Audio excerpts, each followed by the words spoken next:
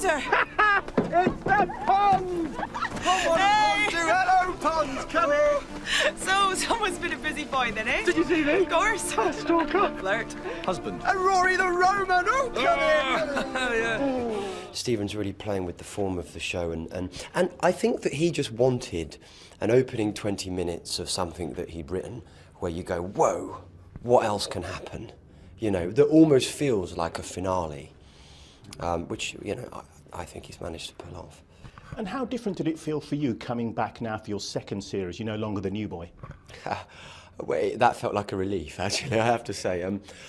But it was exciting being the new boy. I still kind of am the new boy, you know. There's a long way to go if I'm to cement a place in Doctor Who folklore like Tom Baker and David Tennant and Patrick Troughton and, you know, people like that. So there's a lot of work to do, but I've enjoyed making this particular series.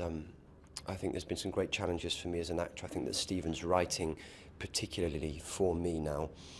You know, it's a thrill to work with Karen and Arthur each day, so it's been wonderful. With this opening two-parter, a lot of it, of course, filmed in the States. What kind of different feel did it give it for you? Well, I think it broadened the scale of it hugely, actually. I think it makes it feel particularly filmic, you know, because you've got locations that you can't really CGI.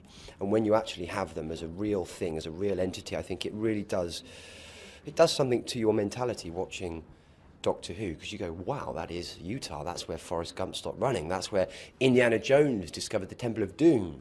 You know, loads of those great Spielberg movies have been done there, and a lot of John Ford westerns. So I think it adds a sense of scale to it, which for Doctor Who is always good. What? A mysterious summons? You think I'm just going to go? Who sent those messages? Now, what do we have set for the rest of the season, and what highlights? God, we've got lots of highlights. I think Hugh Bonneville in episode 3 is particularly brilliant. James Corden turns in a great performance. Saran Jones, you know, there's every week you're learning more about the fate of the Doctor and just who Riversong is to him. And Stephen has got twists and bangs and explosions to die for. Swear to me on something that matters. For the opening episode, what we find out is that Amy has a big, huge secret from the Doctor, a big one, and it can potentially change her relationship with him forever. And she's kind of in this really big moral dilemma. And it's really interesting because everybody's keeping secrets from each other in the TARDIS. So it's a really different feel to last series due to that. My life in your hands. Amelia Pond. Oh, there's some really good stuff for Amy in the opening two-parter, some terrifying stuff, some stuff that is, I mean, messes with her mind. It's hopefully going to mess with the audience's mind. Really weird stuff that seems unexplainable, but will be explained in the series. And what other highlights are there for you in the rest of the series looking forward?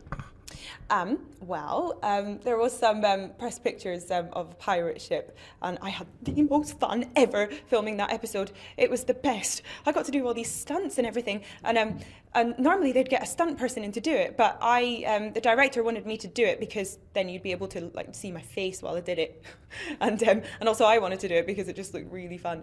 So I did some really cool stuff in that episode, and yeah, there's some really, really massive revelations to look forward to, and I mean massive.